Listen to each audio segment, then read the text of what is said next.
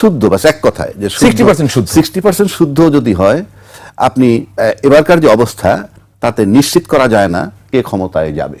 Uncertain, আমার কাছে মনে হয় আনসার্টেন। আর যদি আপনি অতীত রেকর্ড টানেন, কারণ ইতিমধ্যে অলরেডি কথা আসছে যে জামাতের অবস্থা আগের চেয়ে অনেক ভালো হয়েছে। আমরা কিন্তু কোনো দলের পক্ষ নিয়ে কথা বলছি না, সার্বিক চিত্রটা বলতেছি। অলরেডি কথা আছে তারা নাকি বেশ আগের চেয়ে অগ্রসর হয়েছেন, কিন্তু অতীত রেকর্ড দেখলে মনে হয় যে বিএনপি ক্ষমতায় যাবে। কিন্তু এই গত 15 মাস বা 16 মাসের যে অ্যাক্টিভিটিজ আমরা যেভাবে দেখতেছি, তাতে 60%ও যদি শুদ্ধ নির্বাচন হয়, তাহলে আমার কাছে মনে হয় যে এটা একটা একটা প্রতিযোগিতামূলক নির্বাচন। 100% শুদ্ধ হলে কি হবে? 100% শুদ্ধর কোনো সুযোগ আছে বলে ধরেই নি, 60 ধরেন মোর দ্যান 50, অর্থাৎ 60, 80% ধরি, 80% শুদ্ধ হলে কেমন হবে? তাহলে প্রতিযোগিতা আরো বাড়বে, প্রতিযোগিতাটা আরো বাড়বে। এটার কারণ হচ্ছে আমি আপনাকে বলি, আমরা যে এখন সার্বিক চিত্রটা দেখি, ধরেন ফখরুল ইসলাম আলমগীর সাহেব একটা বক্তব্য রাখছিলেন যে তারেক রহমান সাহেব আসলে দেশ কেঁপে উঠবে, এরকম একটা বক্তব্য উনি দিচ্ছেন। এটা টার্নিং পয়েন্ট, উনি যেহেতু আসছেন ফেরত, টার্নিং পয়েন্ট। কিন্তু আসার পর আবার আমি ব্যক্তিগতভাবে আমি মনে মনে অনেকগুলো জিনিস আশা করছিলাম, কিন্তু আমি ওনার কাছ থেকে পাই নাই। যেমন ধরেন উনি বললেন যে we have a plan, or I have a plan, what ever it is. থাকতেই পারে, যেহেতু উনি একজন রাজনীতিবিদ, বিচক্ষণ ব্যক্তি, কিন্তু আমরা এখন পর্যন্ত প্ল্যানটা পাই নাই। কারণ আপনি যদি প্রকাশ না করেন, এটা কিন্তু ভোটের সাথে সম্পৃক্ত, কারণ আপনি ভোটের রাজনীতির কথা বলছি, অন্য কিছু ভিন্ন আলাপ। ভোটের রাজনীতিতে কিন্তু এই প্ল্যানটা আমাদের জানা দরকার, কারণ আপনার প্ল্যানটা আছে, আপনি ভোট কত পার্সেন্টের পাবেন। ফর এক্সাম্পল, কাস্টিং ভোটের 50% বা 40% পাইলেই পাস করে মনে করেন, সেক্ষেত্রে বাকি 60%-এর কি হবে? তাই প্ল্যানটা হইলে জানলে আমাদের জন্য ভালো হয় যে ওনার প্ল্যানটা কি। এখন আরেকটা কথা বলি, যে কথা উনি বলছেন যে বাংলাদেশের যে রাজনীতি, বাংলাদেশের রাজনীতিতে আমি আদর্শের কোনো গুণাগুণ পাই নাই। আদর্শ বলতে কিছু নাই। আমি বললাম, একেবারেই চ্যালেঞ্জ করে বলছি, কোনো দলের কোনো আদর্শ বলতে কিছু নাই। কারণ আপনি কতগুলা গান্দা জিনিস আছে, আপনি যে গান্দা জিনিস ধরেন, কতগুলো শব্দ আপনারা ব্যবহার করতেছেন, স্বাধীনতার পক্ষ শক্তি, বিপক্ষ শক্তি, রাজাকার, মুক্তিযোদ্ধা, এই যে শব্দগুলো যখন ব্যবহার করবেন, তখন আপনি তো একবার রাজাকারের সাথে নিয়ে মন্ত্রী বানাবেন, আরেকবার রাজাকারের নিয়ে আন্দোলন করবেন, তারপরে আপনি আবার তাকে সরাই দিবেন। এগুলো যায় না। আবার এটা বৈধ হয় কিভাবে? রাজনীতিতে শেষ কথা বলতে কিছু নাই, রাজনীতিতে শেষ কথা বলতে কিছু নাই, এটা একটা প্রতারণামূলক কথা। এটা তো পলিটিক্যাল, আপনি নিশ্চয়ই পলিটিক্যাল লিডার না, তো এগুলো কি নন পলিটিক্যালি বিবেচনা করলে গান্ধা কথা হবে? যে স্বাধীনতার পক্ষের শক্তি, রাজাকার, মুক্তিযুদ্ধ বিরোধী, যুদ্ধাপরাধী, এটা কি যদি আমি নন পলিটিক্যালি হোক আর পলিটিক্যালি হোক, এটা গান্ধা? অফকোর্স। আপনি কেন শেষ কথা বলতে কিছু নাই এটা দিয়ে আপনি, আচ্ছা আপনার ফ্যামিলি লাইফে একটা বিষয় নিয়ে আপনার ছেলেকে 3 পদের কথা 3 দিন বইলে দেখেন সে কি রিপ্লাই দেয়, কিন্তু রাজনীতিতে কিচ্ছু হয় না। Leader is always correct. এই এখন সকালে এক কথা বললো, বিকেলে এক কথা বললো, নো প্রবলেম। এটা নিয়ে আপনি আলোচনা করবেন, আপনি খারাপ হয়ে যাবেন। আরেকটা ব্যাপার, আমাদের বেসিক কতগুলো জায়গা আছে গন্ডগোল। যেমন আমরা আজকে সবার সাথে বন্ধুত্ব, কারোর সাথে বৈরিতা নাই। পৃথিবীতে এসছে বাজে কথা নাই, সবার সাথে আপনার বন্ধুত্ব হবে, কারোর সাথে বৈরিতা নাই। দুইটা ছোট ছোট বাক্য, অর্থ কিন্তু আবার এক। কারোর সাথে বৈরিতা না থাকা মানেই কিন্তু বন্ধুত্ব, আবার সবার সাথে বন্ধুত্ব মানে কারোর সাথে, এটা হয় না। এই জন্য আমি বললাম 3 নম্বর আসেন আপনি, আমরা আমাদের নির্বাচনের ক্ষেত্রে এবার এই যে কথা বললেন না, এই যে কি জানি কি স্বতন্ত্র প্রার্থী, স্বতন্ত্র প্রার্থী কিন্তু অলমোস্ট বাতিল হয়ে গেছে বলতে গেলে, অলমোস্ট। কেন? আপনি আরপিও, একটা আমাদের যে আরপিও যেটা নির্বাচন হয়, আপনি কি জানেন সেটাই যে ইলেকশন ইঞ্জিনিয়ারিং এর সহায়ক? মনে করেন ওটার পদ্ধতি কি কি আছে? স্বতন্ত্র প্রার্থী হলে আপনি 1% ভোটারের এনআইডি দিবেন, তাদের স্বাক্ষর দিবেন, সম্প্রতি করা হয়েছে ভোটার নাম্বারটাও দিবেন।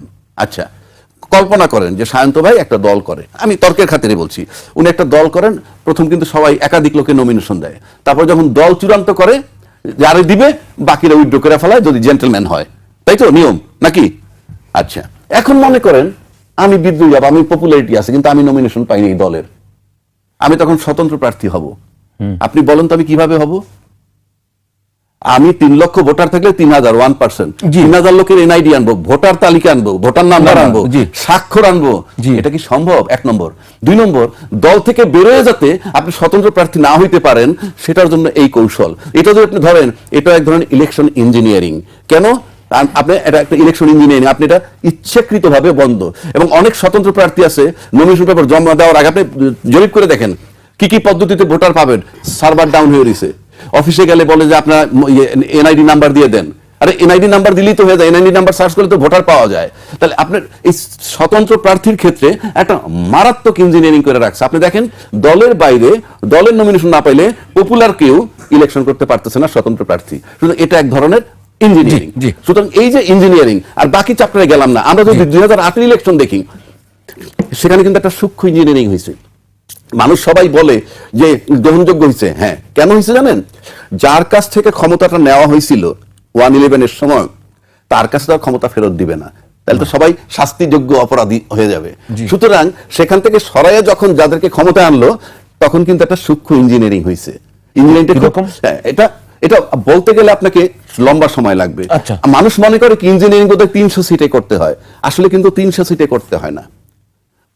কতগুলো দল, দুইটা দলের জন্য, ধরেন দ্বিদলীয় যদি বলি আওয়ামী লীগ আর বিএনপি, তখন কিন্তু দুই দলের জন্যই 100 সিট কনফার্ম আছে। ফর এক্সাম্পল, যে এই জায়গাগুলো এই যেই 100 সিট কনফার্ম, ওটা আমার টাচ করার দরকার নাই। বুঝতে পারছি। তারপরে অন্যান্য যেখানে 60টা সেন্টার থাকে, মনে করেন একটা নির্বাচনের জন্য, একটা আসনের জন্য, সেখানে কি 60টা সেন্টারই কিন্তু করতে হয় না। সেটা ক্লিয়ার। আপনি যেটা এই কারণে বললাম যে আমি একটু মূল জায়গায় আসি। আরেকটা সিস্টেমে আসেন আপনি। আমার যে রাজনীতি, বর্তমান রাজনীতিতে আপনি যে জোট গঠন করে বলতেছেন যে তোমরা দাঁড়াও আমাদের দল থেকে, আর আমার লোকেরে বলতেছি ওরে ভোট দিও, মানে এটা কোন গণতন্ত্র?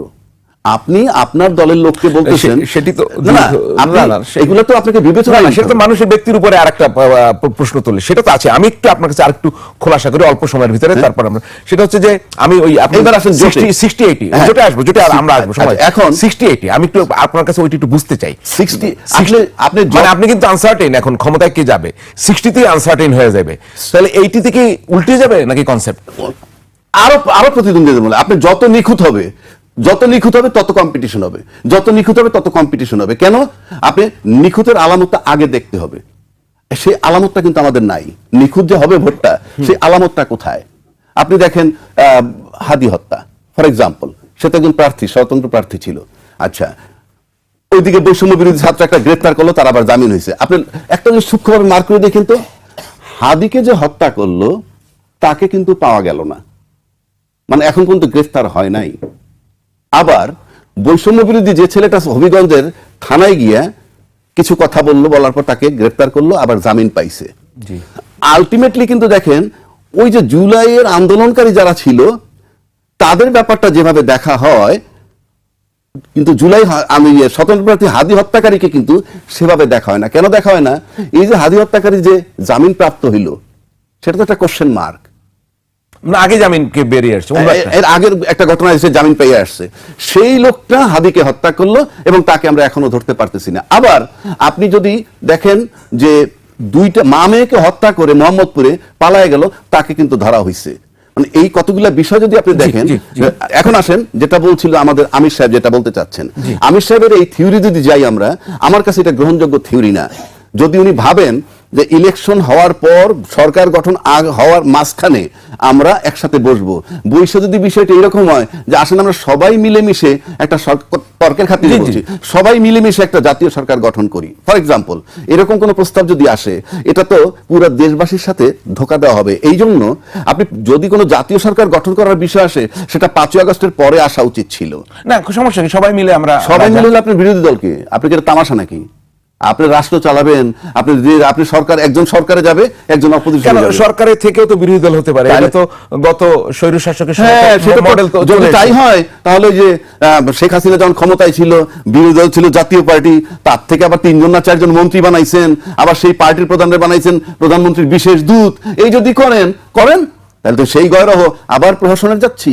এটা কি তামাশা নাকি? আপনাকে কি দেশটা এইভাবে দিচ্ছে যে আপনার নির্বাচন কইরা আবার বৈশা ই করে? আপনার তাহলে ভয় আছে সেটি সরকারের দিক থেকে বা কোনো একটা সমঝোতা চাচ্ছে তারা, যদিও তারা আলাদা জোট করে ফেলছে। আপনি আপনার সঙ্গে আসার আগে আমি আরেকটা বিষয় অ্যাড্রেস করতে চাই, সেটা হলো এতদিন বেশ কিছুদিন ধরে বিভিন্ন টক শো, সেমিনার, আলোচনায় জামায়াতের নেতারা অথবা তাদের পক্ষ হয়ে সরাসরি যারা আলোচনায় আসেন, তারা এই একটা বয়ান তৈরির চেষ্টা করছিলেন, কিন্তু আজকে আমি খুব অ্যামেজিংলি দেখলাম যে ওই বয়ানটা রাজ্জাকি ভাই কোনোভাবে বুঝে হোক না বুঝে হোক একটু গিলেছেন। আমি বলছি সেই জন্য এটার একটা এক্সপ্লেনেশন আমি কি বুঝি সেটা বলা দরকার। সেটা হচ্ছে যখন জামায়াতের ৭১-এর ভূমিকা নিয়ে প্রশ্ন তোলা হয় বা কথা বলা হয়, তখন এই প্রশ্নটা সামনে আনা হচ্ছে যে তারা যখন নিয়েছিল তখন কি রাজাকার ছিল না, তখন কি এরা যুদ্ধ অপরাধী ছিল না, তখন কি স্বাধীনতা বিরোধী ছিল না, সুতরাং তারা তখন নিয়েছিল কেন, নিয়েছে যেহেতু এখন কেন আবার এটা বলছে, এই কথাটা সামনে আনা হয়। আমি যেটা মনে করি যে আওয়ামী লীগ এবং বিএনপি উভয় দলই জামায়াতের সঙ্গে জোট করেছে ওটা ছিল রাজনৈতিক কৌশলের অংশ। সেটা কতটা নীতিহীন হয়েছে, কতটা নীতি বিবর্জিত, মরালিটির কোশ্চেন কতটা উঠবে সেটা ভিন্ন আলোচনা, কিন্তু রাজনৈতিক কৌশল হিসেবে কেউ সঙ্গে যখন নিয়েছে তখনও কিন্তু এই আওয়ামী লীগ বা বিএনপি সঙ্গে থাকা অবস্থায় বলে নাই যে মুক্তিযুদ্ধে জামাতের স্বাধীনতা বিরোধী ভূমিকা ছিল না, এটা বলে নাই। আজকে এই এনসিপি কিছুদিন আগে জামাত ইসলামকে নিয়ে অনেক নানান রকমের আপত্তিকর বক্তব্য দিয়েছে, এখন জোটে গেছে, সেগুলি বন্ধ হয়েছে, জামাতের পক্ষ নিয়েও কিছু কথা বলছে, হয়তো বলতে হবে। এই এনসিপি তার মানে এই না যে মুক্তিযুদ্ধে জামাতের যে মুক্তিযুদ্ধ বিরোধী অবস্থান সেটাকে তারা অস্বীকার করতে পারবে। ঠিক একইভাবে আজকে আওয়ামী লীগ গণহত্যাকারী পলাতক ফ্যাসিবাদ গোষ্ঠী, ভবিষ্যতে এই আওয়ামী লীগও যদি গণতান্ত্রিক প্রক্রিয়ায় যারা অপরাধী তাদের বিচার হয় এবং অন্যরা রাজনীতি করবার সুযোগ পায়, সেই আওয়ামী লীগের সঙ্গে যদি কোনো দল যুগপৎ আন্দোলনে যায় কিংবা কোনো দল জোটও করে, তার মানে এই নয় যে আওয়ামী লীগের এই গণহত্যার কালিমা সেটা চলে যাবে। সুতরাং ৭১-এ ভূমিকা যা ছিল সেটা নির্ধারিত, কৌশলগতভাবে হোক, নীতিহীনভাবে হোক, অথবা বিশেষ রাষ্ট্রের প্রয়োজনে হোক, কেউ জোট করলেই ওই কালিমা দূর হয়ে যাবে না। ঠিক একইভাবে যেমন এই ২৪ আওয়ামী লীগের কালিমা দূর হয়ে যাবে না, সুতরাং জোটে নিয়েছি বলে তার ওই ভূমিকার কথা কখনো বলা যাবে না, এই দস্তগত কেউ দেয়নি। এবার আসি আপনি যে প্রশ্ন করেছেন, আমরা দেখেছি যে যখন লন্ডন বৈঠক হয় প্রধান উপদেষ্টার সঙ্গে বিএনপি অ্যাক্টিং চেয়ারম্যানের, তার আগে পর্যন্ত এনসিপি জামায়াত ইসলাম এক সুরে কথা বলছিল এবং খুব গিয়ার আপ ছিল, নির্বাচন হতে দেওয়া হবে না, নির্বাচন পিছাইতে হবে, রোজার আগে মানে জুন মাসে জুলাই মাসে নানান বয়ান আসছিল। তারপরে ওইটা হওয়ার পরও তারা কিছু বক্তব্য দিয়েছে, যখন তারা বুঝতে পেরেছে যে নির্বাচন পিছানোর সুযোগটা খুব ফিজিবল হবে না, তখন তাদের একটু টোন ডাউন হয়েছে। আবার কিছুদিনের মধ্যে আমরা দেখছি যে বিএনপির সঙ্গে আবার একটু দূরত্ব বেড়েছে, আবার বাকবিতণ্ড হচ্ছে এবং তারা কিছু জরিপের রেজাল্ট আসছে বাজারে, এবং তারা এমন একটা মানে ভাষা, তাদের বডি ল্যাঙ্গুয়েজ না শুধু প্রকাশ্য ভাষাই তারা বলতে শুরু করছিল যে তারা রাষ্ট্র পরিচালনার দায়িত্ব পেয়ে যাচ্ছে, এরকম একটা পরিস্থিতিতে চলে আসছিল।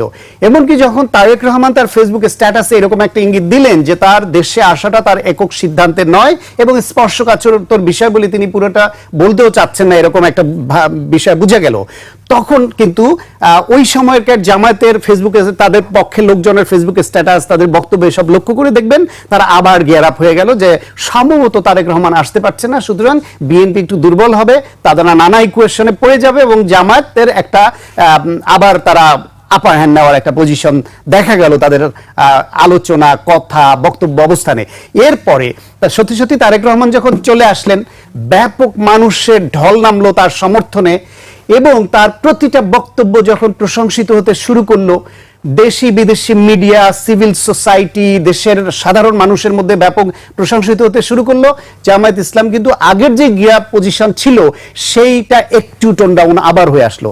ম্যাডাম খালেদা জিয়ার ইন্তেকালের পরে তার প্রতি দেশের দল বল নির্বিশেষে ব্যাপক মানুষের যখন শ্রদ্ধার বিষয়টা সামনে আসলো, তার জানাজায় যখন জনস্রোত তৈরি হলো, এরপরে মনে হলো জামায়াত আরেকটু হুঁশে ফিরল এবং পাশাপাশি আপনি দেখবেন সংবাদ মাধ্যমের বিভিন্ন সম্পাদক এবং সিনিয়র সাংবাদিকদের সঙ্গে তারেক রহমানের বৈঠক, প্রথম আলো, ডেইলি স্টার উদীচিতে আগুন দেওয়ার পরবর্তী ঘটনা, ব্যবসায়ী প্রতিনিধিদের সঙ্গে তারেক রহমানের বৈঠক, সিভিল সোসাইটির যে পাল, সব মিলিয়ে টিলিয়ে জামায়াত ইসলাম সম্ভবত এখন একটু হুঁশে ফিরেছে, ফলে তারা আবার একটু সমঝোতার পথে আছে।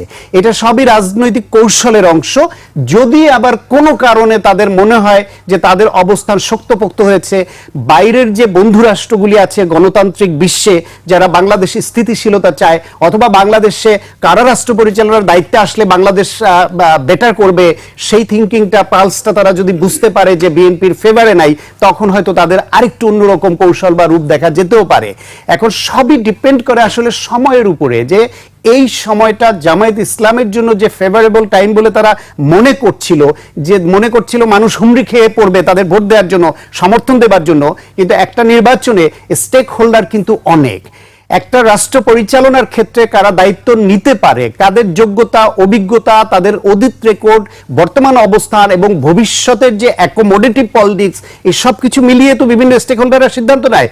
নির্বাচনে অন্যতম প্রধান স্টেক হোল্ডার হলো ভোটার, রাজনৈতিক দল, তারপরে হচ্ছে সিভিল সোসাইটি, ব্যবসায়ী গোষ্ঠী, যারা বিভিন্নভাবে ফাইন্যান্সিয়াল সাপোর্ট দেয়, তারা আন্তর্জাতিক সম্প্রদায়, বিভিন্ন ধর্মীয় গোষ্ঠী, এরকম অনেক পক্ষ আছে।